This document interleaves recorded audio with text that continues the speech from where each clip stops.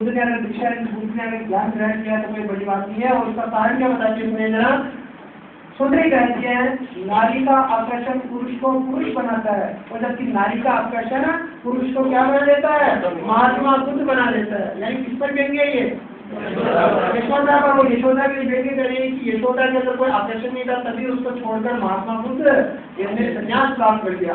ऐसी बात सुनी तो अंतर उसको कहते नहीं, ऐसी बात नहीं है, उनका अपना भी ज्ञान है। तो चैलेंज करती है महात्मा बुद्ध को कि अगर महात्मा बुद्ध में ज्ञान है तो ये जो राजहंस है, राजहंसों के सामने आकर अपना ज्ञान होता है, राजहंस एक पल के लिए उनकी तरफ देखेंगे, किसकी तरफ?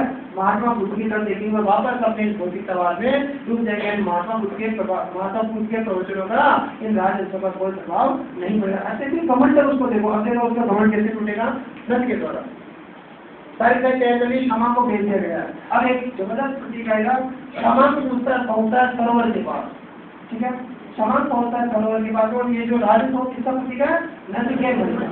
सरोवर के पास में होते हैं और वहाँ पर वो एक काली छाया देखता है। एक देखता है सरोवर पर एक काली छाया बजा रही है। ये काली छाया कौन है भाई? ये है बुद्ध का प्रभाव। ये बुद्ध का बढ़ता हुआ प्रभाव में किसका प्रभाव पड़ रहा है? ये बुद्ध का जो बढ़ता हुआ प्रभाव ऐश्वर्य और भौतिकता वाले पड़ रहा है और नंद पे पड़ रहा है। तो ये काली छाया लेकर क्षमा जाकर प्रदान करने लगता है, और उस प्रहलाद के बाद में इस छाया को भगाने के लिए वो क्या करता है? कंकर फेंकने लगता है। कंकर फेंकने लगता है ताकि ये छाया हट जाए। लेकिन छाया तो नहीं हटती, और क्या हो जाता है? राजहंस उड़ने लगते हैं। तो राजहंसों की उड़ने की आवाज सुनकर सुंदरी इधर आते और सुंदरी कहती है कि आखिरकार पत्थर के वजह क्षमा कहता है कि मैं तो छाया बढ़ाने के पत्थर फेंकता हूँ, लेकिन सुंदरी को वो छाया दिखाई नहीं देती। सुंदरी को छाया क्यों नहीं दिखाई दे रही है? सुंदरी सती का भौतिकतावाद का। और यहाँ पर बात हो रही है आध्यात्मिक का। जो आध्यात्मिक का छाया सुंदरी को दिखाई देती है, वो कहती क्षमा को कहती इसे अंधे कुएं में जाकर डाल दो। दक्षिण के लिए जो अंध मुंह को उसमें से डाल दिया जाए, तो सब अंधा जो उससे प्रेम करती वो कहती है नहीं मैडम इसे जरा माफ कर दिया जाए। इसको सब उसके अनुने मिले कहती है कि माफ कर दिया जाए। तो सब वो कहती क्षमा बीमार इसको ले जाकर अलग कमरे में ले जाओ, लेकिन मैं इसकी शक्ल नहीं देखना। ओके, ये बात है। अब कामोत्सव की संपूर्ण तैयार हो चुकी है, लेकिन अब देखिए मेहमान कितने आते हैं। अब तक तो मेहमान एक भी नहीं आया। अब राजा भी शिकार खेलकर आ गया। राजा नंद जो पहले शिकार खेलने गया था, राजा नंद भी आ गया।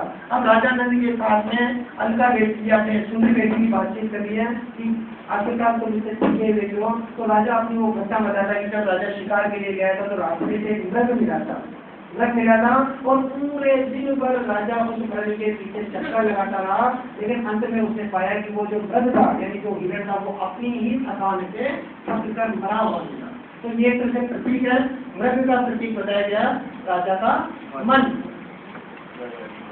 ये राजा का मन है, ये मृग जो खुद दौड़ा राजा का मन भी खूब दौड़ रहा है और अंत में अपनी ही थकान से मर गया। तो राजा का मन ये देखकर निराश